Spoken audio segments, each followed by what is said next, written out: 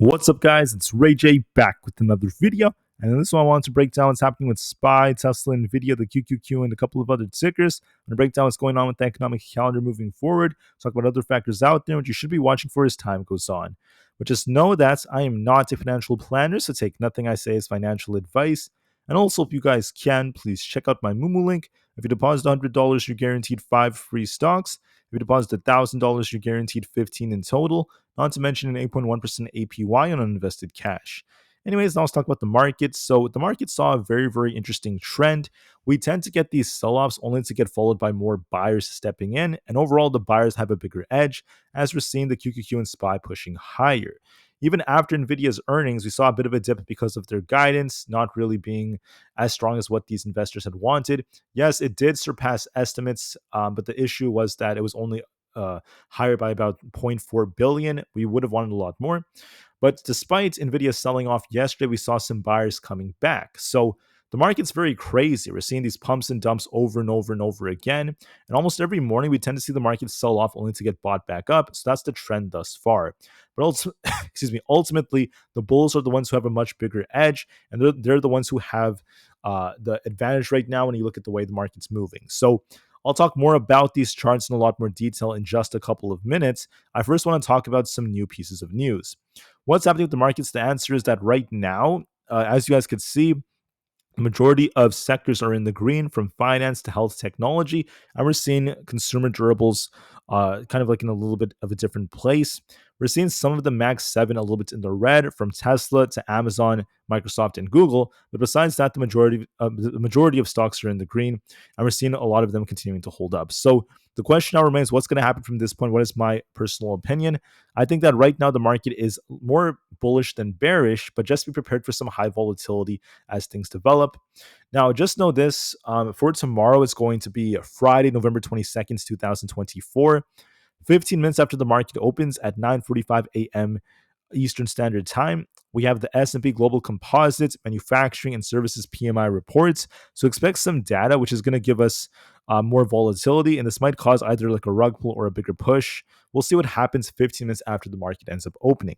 After that, we have some more data coming out from Michigan, the Consumer Sentiment Report, the 5-year inflationary expectations data, and all this data is going to cause even more volatility. So be prepared for that as well.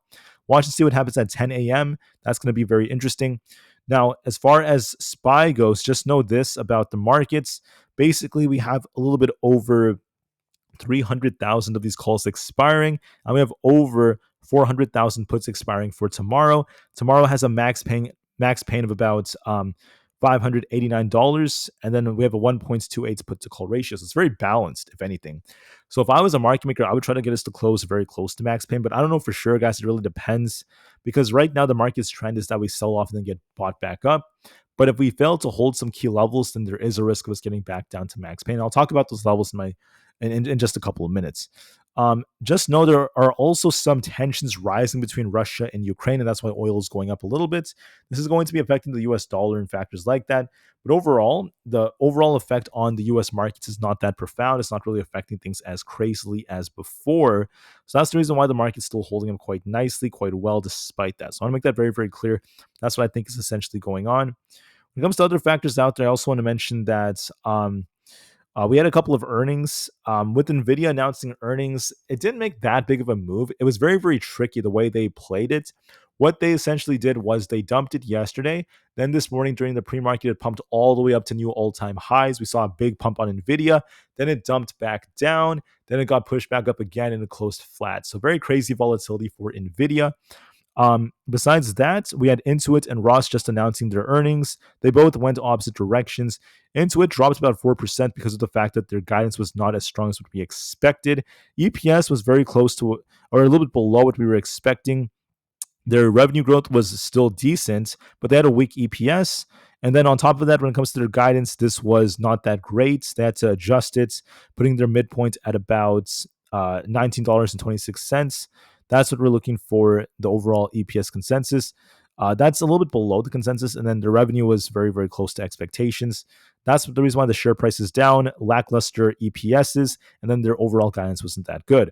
Now, Ross's earnings were so-so, but I just want to say their guidance was pretty good. But a nice increase in their guidance. They're expecting it to beat the consensus by about 2.6%. That's what helped the share price go up. Earnings are also expected to be between $6.1 and $6.17 per share. That's above the $6.13 estimate, above expectations. So Ross did well, whereas Intuit was a little bit weaker in terms of guidance. That's why they each went opposite directions. Anyways, what do I think is going to happen to the market for tomorrow? Now we're just going to focus on the charts. I'm going to try to be a little bit more meticulous than usual and give you guys a very, very nice amount of detail. So I just wanted to say that there's a very interesting trend on SPY to start things off. When you go to the 30 minutes time frame, check this out. Look at what it's been doing for the last 3-4 days, right? If we go back to this day, if you go back to Monday, we had a flat open, we pumped, then consolidated, okay? Tuesday comes, we dump after we open back down to 582, then we rally back up to 591 like there's no tomorrow, okay? Then we have Wednesday, we dump all the way down to 584, and then we get bought back up at the end of the day, all the way back up to 590. Then we have today, Thursday, we dump after open to about 588, then we get bought back up to about 594. And notice that we're making higher lows, and then we're making higher highs. So we're making higher highs and higher lows, and the trend is the same. Every day when we open, we start dumping. At the end of the day, we start pumping. So it's a dump and pump every single day. That's what the market's been doing.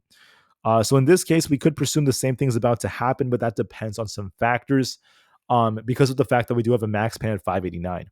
I think what's going to happen is this. SPY should be dipping tomorrow morning, most likely to our two supports.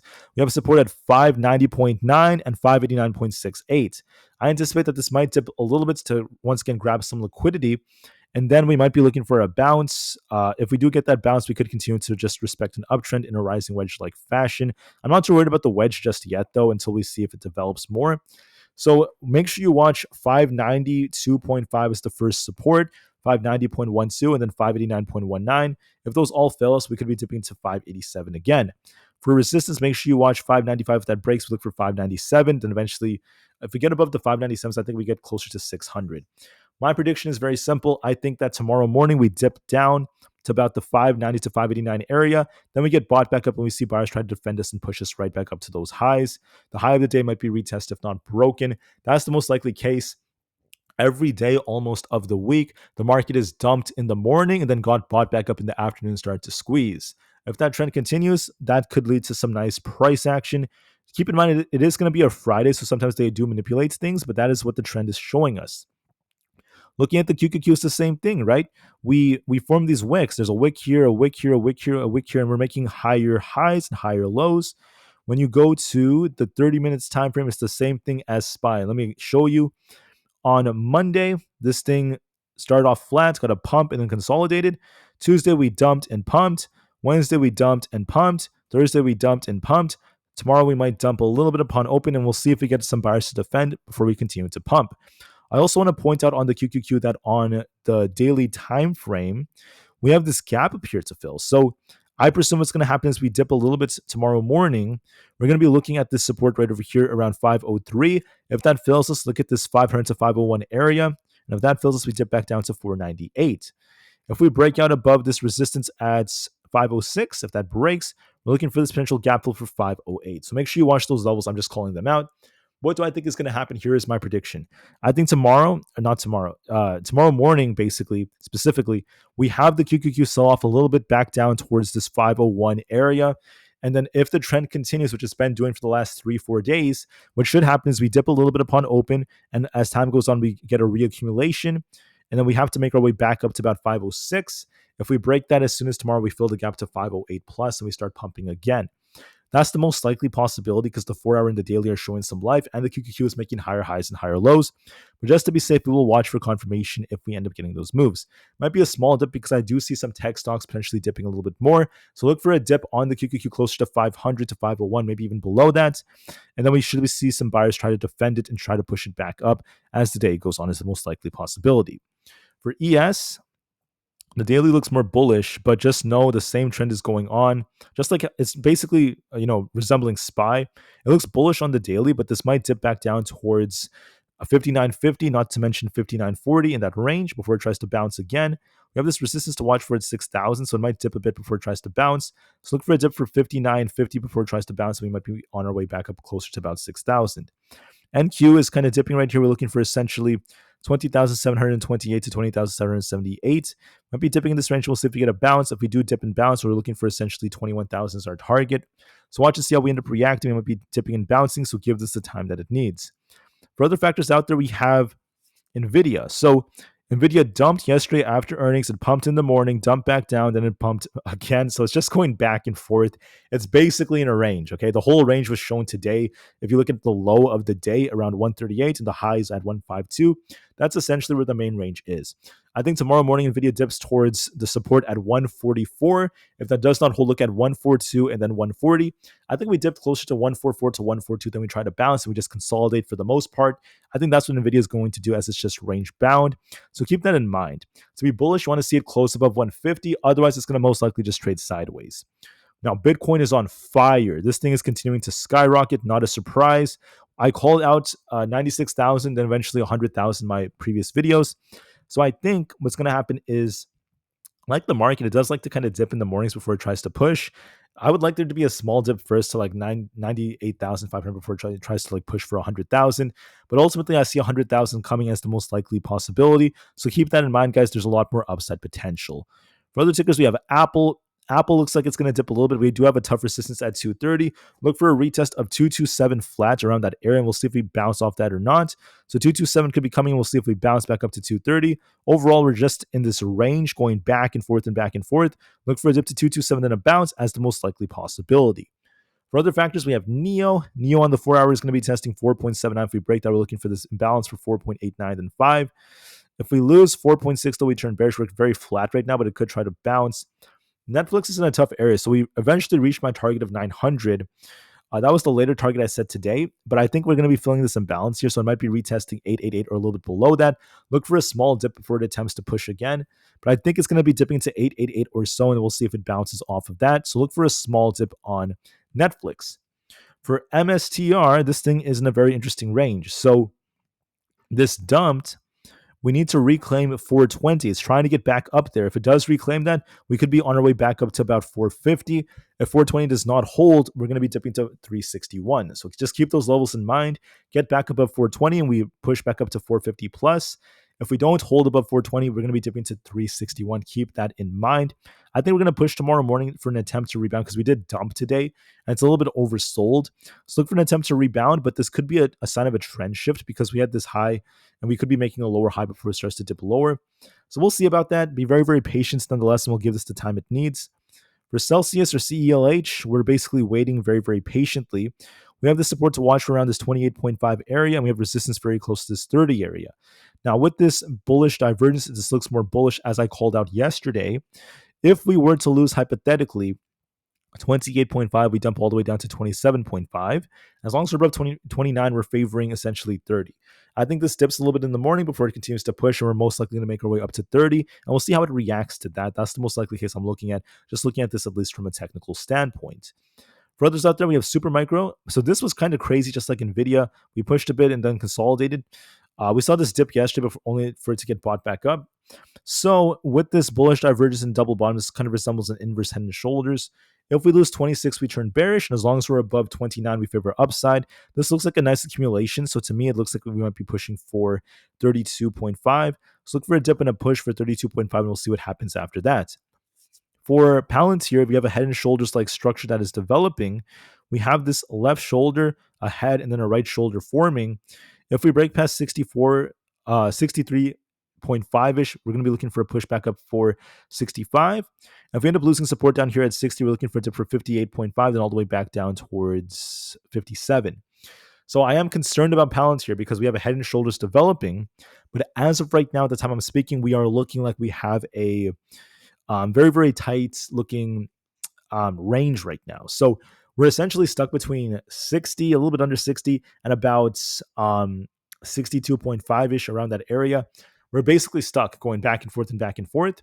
If we lose 60, though, I do anticipate a dip to about 58.5, and I do see a risk of downside on Palantir because of this head and shoulders. So if we lose structure, anticipate some downside. Be careful with this setup, guys. It is a little bit risky. I want to give you guys a heads up about Palantir. For Rivian, we're very flat. And this is exactly what I predicted yesterday. I said that we're lacking the volatility. So it's not that fun to trade this. We kind of popped and then dumped. It might try to pop back up for about 10.2 and come back down. It's about 9.8. But I think for the most part, we're just going to be trading around 10 and not really doing a whole lot. So it's not really worth trading unless we get some big news. That's all I'm seeing for now.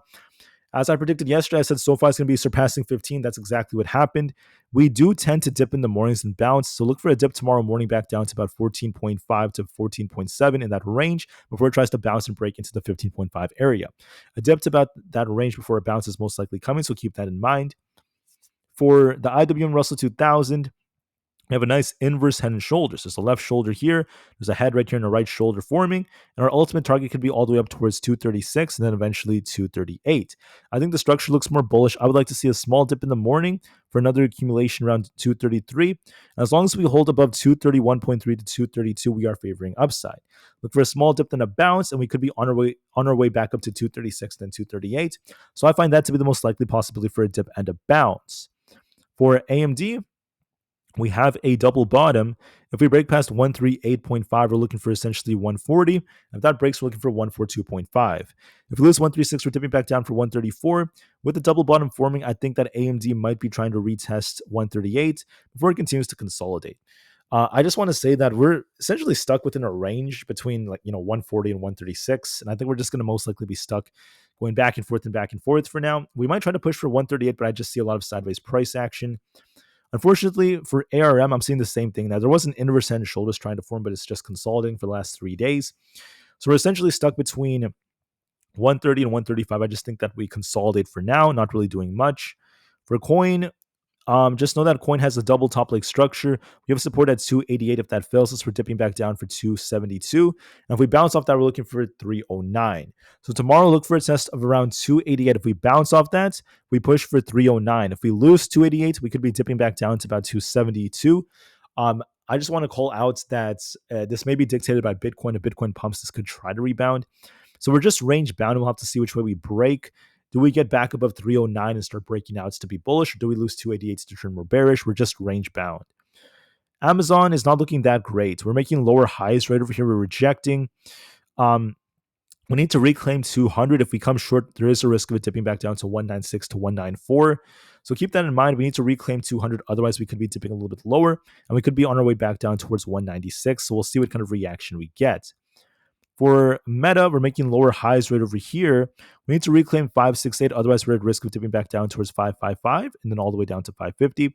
So I presume we're rejecting here. If we're below 563.8, we're favoring a move back down for 555. So I think we might be on our way back down there. And then we'll see what happens after that.